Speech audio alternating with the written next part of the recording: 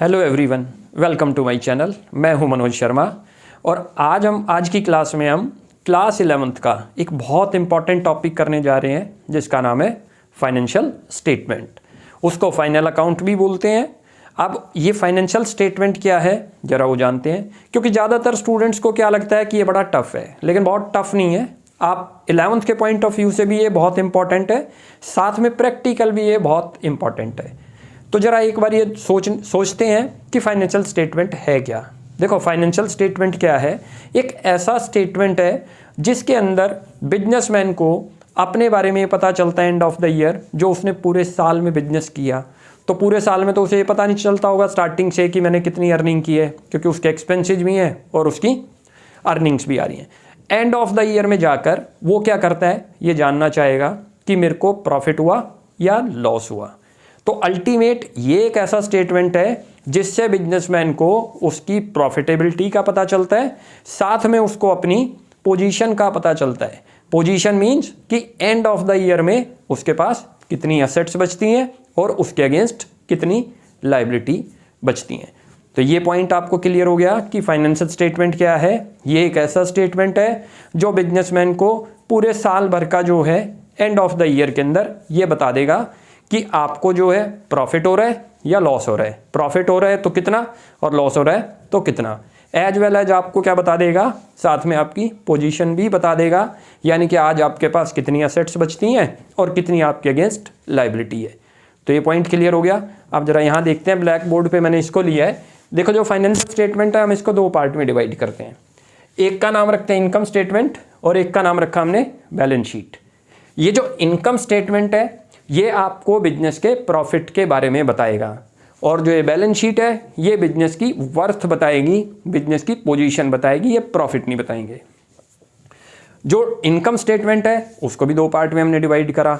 Income statement के अंदर हम क्या बनाएंगे, ट्रेडिंग अकाउंट, साथ में प्रॉफिट एंड लॉस, और तीसरा बैलेंस शीट। यानी कि इनकम स्टेटमेंट में दो पार्ट है, एक ट्रेडिंग का दूसरा नाम क्या बताया, गुड्स अकाउंट, और दूसरा प्रॉफिट एंड लॉस। एक्चुअली क्या है कि ये जो फाइनेंशियल स्टेटमेंट है इसमें हमें दो अकाउंट बनानी है और एक स्टेटमेंट। एक अकाउंट है ट्रेडिंग अकाउंट, एक है प्रॉफिट एंड लॉस अकाउंट, और एक स्टेटमेंट है बैलेंस शीट। इन दोनों से हमें क्या है, प्रॉफिट पता चलता है। अब ये जो प्रॉफिट है वो हमारे दो तरीके के हैं। जो ग्रॉस प्रॉफिट इससे पता चलता है, ट्रेडिंग से आपको ग्रॉस प्रॉफिट या ग्रॉस लॉस, ग्रॉस प्रॉफिट या ग्रॉस लॉस, मैं ऐसे शॉर्ट में लिख देता हूं। और प्रॉफिट एंड लॉस से आपको क्या पता चलता है, नेट प्रॉफिट या नेट लॉस। ये चीज क्लियर हुई थोड़ी। ये तो करता है पूरे साल भर जो है वो क्या करता है, ट्रांजैक्शन करता है। ट्रांजैक्शन करने के साथ साथ वो क्या है, पूरे साल भर ट्रांजैक्शन करता है और उन सब की रिकॉर्डिंग करता है, जिसको हम क्या बोलते हैं, जर्नल। जर्नल से हमें कुछ नहीं पता चलता प्रॉफिट या लॉस। जर्नल के बाद वो क्या बना लेगा, अपना लेजर बना लेगा, और लेजर ट्रायल बैलेंस को बेस बनाकर हम फाइनल अकाउंट तैयार करते हैं। फाइनल अकाउंट से हमें क्लियर हो जाएगा कि हमें प्रॉफिट हुआ या लॉस हुआ। इससे पहले तक का पूरे साल भर आप खाली ट्रांजैक्शन करते आए हो और उन सब की रिकॉर्डिंग करते आए हैं। अब जरा ये देखते हैं कैसे करते हैं। तो मैंने आपको बताया जो फाइनेंशियल स्टेटमेंट है, यानी कि दूसरा उसका नाम क्या है, फाइनल अकाउंट, उसी को बोलते हैं।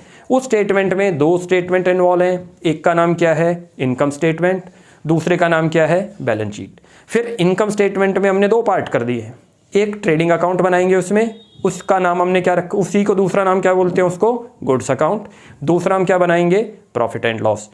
साथ इन दोनों से आपको क्या पता चलता है, प्रॉफिट और लॉस के बारे में। फिर जो दूसरी स्टेटमेंट थी, यानी कि इनकम स्टेटमेंट में दो अकाउंट बनाए, एक ट्रेडिंग और एक प्रॉफिट एंड लॉस। ऑर्डर यही रहेगा, पहले ट्रेडिंग बनता है, फिर प्रॉफिट एंड लॉस, और उसके बाद जो तीसरा स्टेप है वो कौन सी स्टेटमेंट है हमारी, उसको बोलते हैं बैलेंस शीट। बैलेंस शीट का नाम होता है पोजीशन स्टेटमेंट। एक एक करके समझते हैं। मैंने इसको यहाँ ले लिया। देखो, ये ट्रेडिंग अकाउंट बनाएंगे। ट्रेडिंग अकाउंट बेसिकली क्या होता है, आपको ग्रॉस प्रॉफिट और ग्रॉस लॉस बताएगा। अब आप ये पूछेंगे ग्रॉस प्रॉफिट और ग्रॉस लॉस क्या है। प्रॉफिट एंड लॉस क्या बताएगा आपको, नेट प्रॉफिट और नेट लॉस। नेट तो समझ आ गया। नेट का मीनिंग क्या है कि फाइनल बिजनेसमैन को कितना प्रॉफिट हुआ, सारे एक्सपेंसेज काट कर और टोटल इनकम को जोड़कर। तो ये तो है, लेकिन ये क्यों बनाया हमने वो समझते हैं। देखो, हमने क्या करा कि अपने एक्सपेंसेज को दो पार्ट में डिवाइड कर दिया। एक हमने लिया फैक्ट्री एक्सपेंसेज, फैक्ट्री एक्सपेंसेज को आप मैन्युफैक्चरिंग एक्सपेंसेज भी बोल सकते हैं। हम वो सारे के सारे एक्सपेंस इसमें ले लेंगे। यहाँ से हमें जो है ना फैक्ट्री कॉस्ट पता चलती है कि फैक्ट्री की कॉस्ट कितनी आ गई हमारी।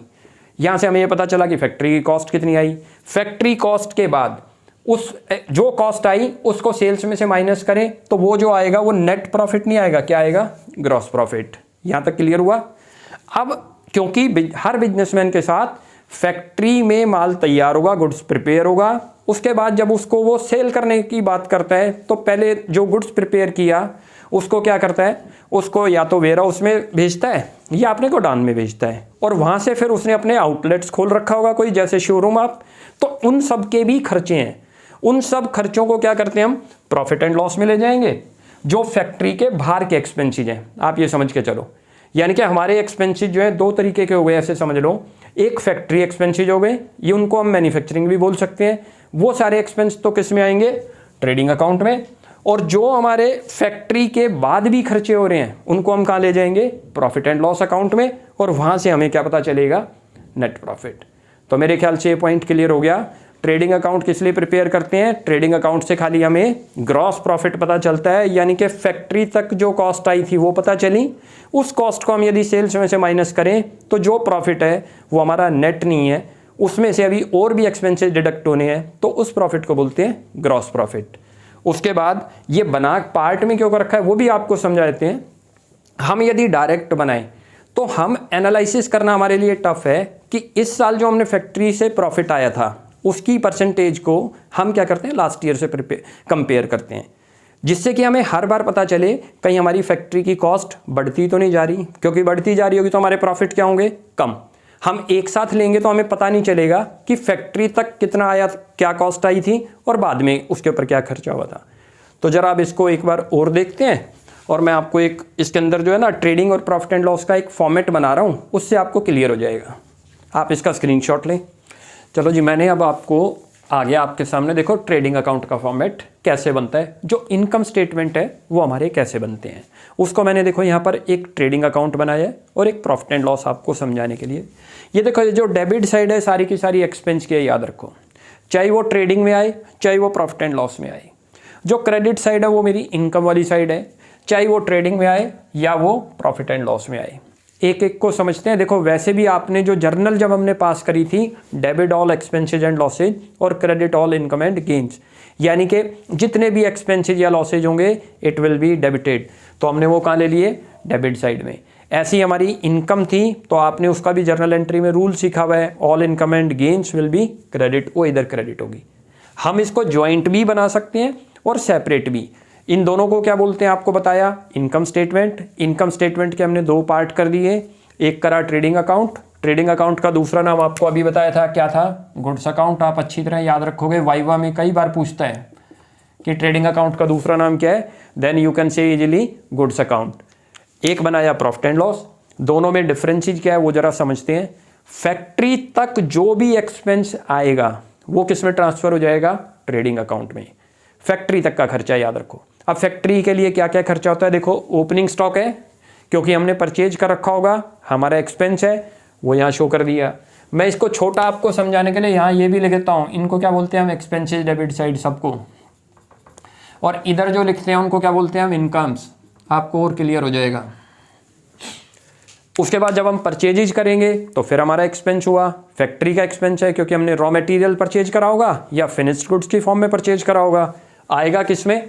ट्रेडिंग अकाउंट में। यदि उसमें से कोई डिफेक्टिव था तो हमने उसको क्या कर दिया होगा? रिटर्न कर दिया होगा। उसको क्या बोलते हैं हम? Purchase return. अच्छा, आपको यहाँ पर एक और समझना होगा कि परचेज रिटर्न का दूसरा नाम भी होती है रिटर्न आउटवर्ड। परचेज रिटर्न को क्या बोलते हैं हम? आउटवर्ड। ये क्लियर हुआ? उसके बाद देखो जी, डायरेक्ट एक्सपेंस। डायरेक्ट एक्सपेंस कौन से हैं ये समझो आप। जो हम जिस चीज़ का भी हम डीलिंग करते हैं, जिस चीज़ का भी हम प्रोडक्शन करते हैं या मैन्युफैक्चरिंग करते हैं, फैक्ट्री तक लाने और फैक्ट्री में उसको प्रिपेयर करने के सारे एक्सपेंसेज को हम क्या बोलते हैं? Direct expenses. मैंने आपको डायरेक्ट एक्सपेंस की एक लिस्ट बना दी है साइड में। ये सारे के सारे हमारे क्या हैं? डायरेक्ट एक्सपेंसेज हैं। इनको हम कहाँ लेंगे? ट्रेडिंग अकाउंट में। अब क्रेडिट साइड की बात करो, इधर हमने क्या चीज़ ली अभी तक आपने नोट किया हो, तीन ही चीज़ ली है हमने। एक लिया ओपनिंग स्टॉक, दूसरा हमने क्या लिया है परचेजेज। परचेज में से कोई चीज़ डिफेक्टिव थी तो हम रिटर्न कर देंगे, उसको क्या बोलते हैं हम परचेज रिटर्न, या उसका दूसरा नाम क्या था रिटर्न आउटवर्ड। कभी कभी स्टूडेंट को प्रॉब्लम भी होगी कि रिटर्न इनवर्ड और रिटर्न आउटवर्ड में, इधर इनवर्ड है सेल्स में, तो उसको क्या है आप समझो, जब परचेज थी तो इन हो रही थी गुड्स हमारे पास, लेकिन जब वो डिफेक्टिव थी तो हम अपने यहाँ से क्या कर रहे हैं उसको आउट कर रहे हैं, तो इसलिए वर्ड क्या आ जाएगा आउटवर्ड। तो ये क्लियर हुआ। तीन चीज़ें अभी लिखी है मैंने ट्रेडिंग में, डेबिट साइड, ये तीनों मेरे लिए एक्सपेंस है हमारे लिए। ओपनिंग स्टॉक क्योंकि परचेज करा होगा आपने लास्ट ईयर, वो ओपनिंग स्टॉक है। वैसे भी कभी कोई अकाउंट प्रिपेयर करते हैं तो सबसे पहले क्या लिखते हैं ओपनिंग। आप ऑर्डर भी याद रखोगे इसी तरीके से लिखना है। सबसे पहले जैसे हम कोई भी अकाउंट बनाएं तो उसका सबसे पहले ओपनिंग बैलेंस लिखते हैं, जैसे टू बैलेंस बीडी। तो यहाँ ट्रेडिंग अकाउंट में ओपनिंग बैलेंस ना होके स्टॉक का ओपनिंग होगा, क्योंकि दो स्टॉक होंगे हमेशा बिजनेसमैन के पास। साल के स्टार्टिंग में उसकी शॉप में कुछ बचा हुआ होगा माल, उसको ओपनिंग बोलते हैं। जब एंड ऑफ द ईयर आ जाएगा तो फिर उसके पास कुछ गुड्स बच जाएगी, उसको क्लोजिंग स्टॉक बोलते हैं। तो तीन चीज़ें मैंने ली, ओपनिंग स्टॉक, परचेजेज और डायरेक्ट एक्सपेंस। ये याद हुआ, ये तीनों एक्सपेंस थे और ये तीनों फैक्ट्री के थे। ऐसी फैक्ट्री की कुछ इनकम भी होगी, वो डायरेक्ट इनकम है। वो कौन सी इनकम है, सेल्स हमारी क्या है डायरेक्ट इनकम है, क्योंकि हमारा मेन इनकम का सोर्स वही है। जो हमारे डायरेक्ट एक्सपेंस किनको बोलते हैं, जो डायरेक्ट हमारे प्रोडक्शन पर इफेक्ट डालते हैं, तो हम उसको सेल्स करते हैं तो हमारी डायरेक्ट इनकम है। सेल्स में से यदि कभी कोई डिफेक्टिव और हमारे पास आ जाए उसको क्या बोलते हैं हम सेल्स रिटर्न, और इसी का नाम क्या हो गया रिटर्न इनवर्ड। तो आपको इन दोनों में कंफ्यूज नहीं होना कि आउटवर्ड क्या है और इनवर्ड क्या है। देखो मैंने आपको समझाया इनवर्ड का मीनिंग क्या, आप गुड्स इन हो रही है या आउट, इन हो रही है तो वो इनवर्ड हुआ, यानी कि सेल्स रिटर्न हो गई, तो वो लिख दिया आपने। उसके बाद यहाँ क्या लिख देना आपने क्लोजिंग स्टॉक। क्लोजिंग स्टॉक क्योंकि कभी ना कभी बिकेगा तो वो भी मेरी इनकम ही है। तो दो चीज़ें आपने इधर लिखनी है, तीन इधर। उसके बाद इन दोनों में से कोई एक चीज़ फाइंड आउट हो जाएगी, उसको हम क्या बोलते हैं ग्रॉस प्रॉफिट। इधर आ जाए डिफरेंस, उधर डिफरेंस आ जाए तो उसको ग्रॉस लॉस बोलते हैं। डिफरेंस का मतलब लेट करो इधर का टोटल ज़्यादा आ गया, हमारी इनकम्स ज़्यादा है और एक्सपेंसेज कम है, तो क्या होगा हमें प्रॉफिट। उस प्रॉफिट को क्या बोलते हैं ग्रॉस प्रॉफिट। ये अभी नेट क्यों नहीं है, क्योंकि अभी फैक्ट्री के बाहर के भी कुछ एक्सपेंसेज हैं, वो सारे हम किस में ले लेंगे इधर ले लेंगे। यदि एक्सपेंस ज़्यादा हो गई और इनकम कम हुई तो इधर डिफरेंस आएगा, that is called gross loss. अब ये डायरेक्ट एक्सपेंस क्या है जी, अभी क्या बताया आपको कि जो फैक्ट्री से रिलेटेड एक्सपेंस है that is called direct expenses. जिस चीज़ का हम प्रोडक्शन करते हैं उसको परचेज करने से लेके फैक्ट्री में आने तक, जब हम उसको प्रिपेयर करें वो एक्सपेंस भी, उन दोनों को क्लब करें तो उन सबको क्या बोलते हैं हम डायरेक्ट एक्सपेंसेज। और डायरेक्ट एक्सपेंस की देखो मैंने लिस्ट दे दी अब आपको कोई कंफ्यूज नहीं होना। ये लिस्ट रखो सामने, आपका ट्रेडिंग अकाउंट आराम से प्रिपेयर हो गया। क्या लिस्ट है, सबसे पहले देखो वेजेज। वेजेज कहाँ पे होगी फैक्ट्री के अंदर। उसके बाद आगे मैंने ऑब्लिक करके लिख दिया, कभी कभी वेजेज एंड सैलरी होगा तो वो भी मेरा डायरेक्ट है। लेकिन कभी प्रायोरिटी कर दे सैलरी एंड वेजेज तो वो इनडायरेक्ट बन जाएगा। बस आपको ये चीज़ याद रखनी है, वेजेज प्रायोरिटी होनी चाहिए। सिंपल वेजेज है तो कोई दिक्कत ही नहीं, क्योंकि फैक्ट्री में वेजेज पे होगी और ऑफिस में सैलरी। यानी कि फैक्ट्री के अंदर होता है, आपको देखो फैक्ट्री के अंदर लेबर वर्क होगा तो लेबर को वेजेज पे करते हैं, और वहाँ पर जो है मेंटल वर्क होगा तो वहाँ पर हम सैलरी पे करते हैं। तो कभी वेजेज आए या वेजेज एंड सैलरी हमारा डायरेक्ट है। नंबर दूसरा देखो कैरेज, कार्टेज, फ्रेट। अब ये तीनों क्या हैं वो समझो जी, ये तीनों के तीनों हमारे ट्रांसपोर्ट एक्सपेंस हैं, ठीक है। और जितने भी इनवर्ड एक्सपेंस होंगे इनका मतलब गुड्स को लाने तक के, मैंने अभी बताया परचेजेज को लाने तक और फैक्ट्री में बनाने तक के सारे खर्चे क्या हैं डायरेक्ट हैं। तो कभी वर्ड किसी एक्सपेंस के साथ आ जाए इनवर्ड तो हमारा क्या होगा डायरेक्ट एक्सपेंस। ये मेरा ट्रांसपोर्ट एक्सपेंस है। कैरेज लिखा है या कैरेज इनवर्ड डायरेक्ट हुआ। कार्टेज लिखा है, फ्रेट है, फ्रेट भी ट्रांसपोर्ट एक्सपेंस है या फ्रेट इनवर्ड, ये तीनों के तीनों हमारे ट्रांसपोर्ट एक्सपेंस हैं। उसके बाद कभी कभी डायरेक्ट ही लिखा जाएगा मैन्युफैक्चरिंग, तो वो तो वैसे ही अंडरस्टूड है कि मैन्युफैक्चरिंग खर्चा है। फैक्ट्री एक्सपेंस आ जाए तो भी फैक्ट्री का है। अब कोल, गैस, फ्यूल एंड वाटर ये कहाँ पर यूज होगा, ये ऑफिस में यूज नहीं होगा, ये कहाँ पर यूज है फैक्ट्री में, तो डायरेक्ट है। हीटिंग कहाँ पर यूज होगी, heating and lighting factory. Power, simple lighting है तो इनडायरेक्ट हो गया, हीटिंग एंड लाइटिंग है तो डायरेक्ट। डॉक चार्जेज, जब कभी हम शिप के थ्रू आप गुड्स को मंगा रहे हो तो वहाँ पर जो आपको शिपमेंट पे करनी पड़ेगी उसको क्या बोलते हैं डॉक, वो भी मेरा डायरेक्ट है।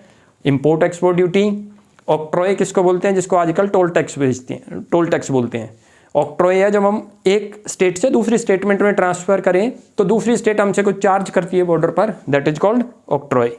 एक है रॉयल्टी। अब ये रॉयल्टी क्या है, ये भी डायरेक्ट एक्सपेंस है। याद रखना है पैकिंग ऑन परचेजेज है तो डायरेक्ट हो गया।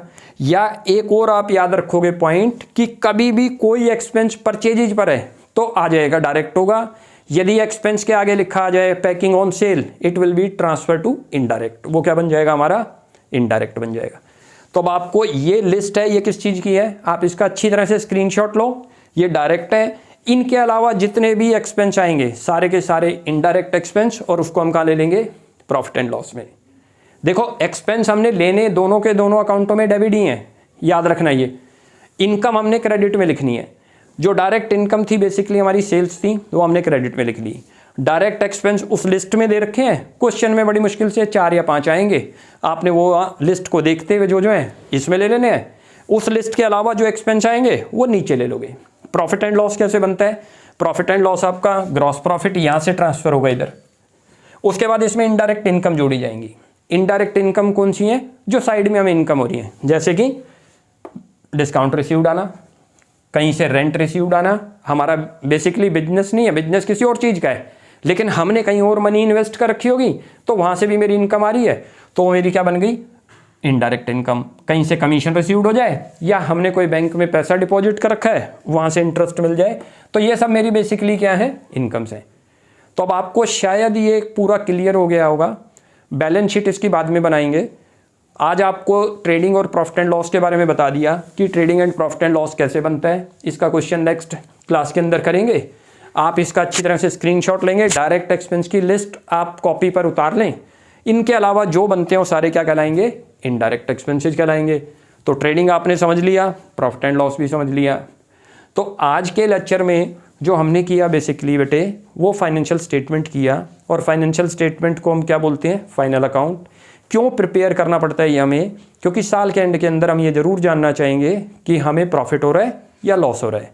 साथ में एज वेल एज हमें अपनी पोजीशन भी पता चलती है, जो कि बैलेंस शीट से पता चलती है। और बैलेंस शीट का ही दूसरा नाम क्या है, पोजीशन स्टेटमेंट।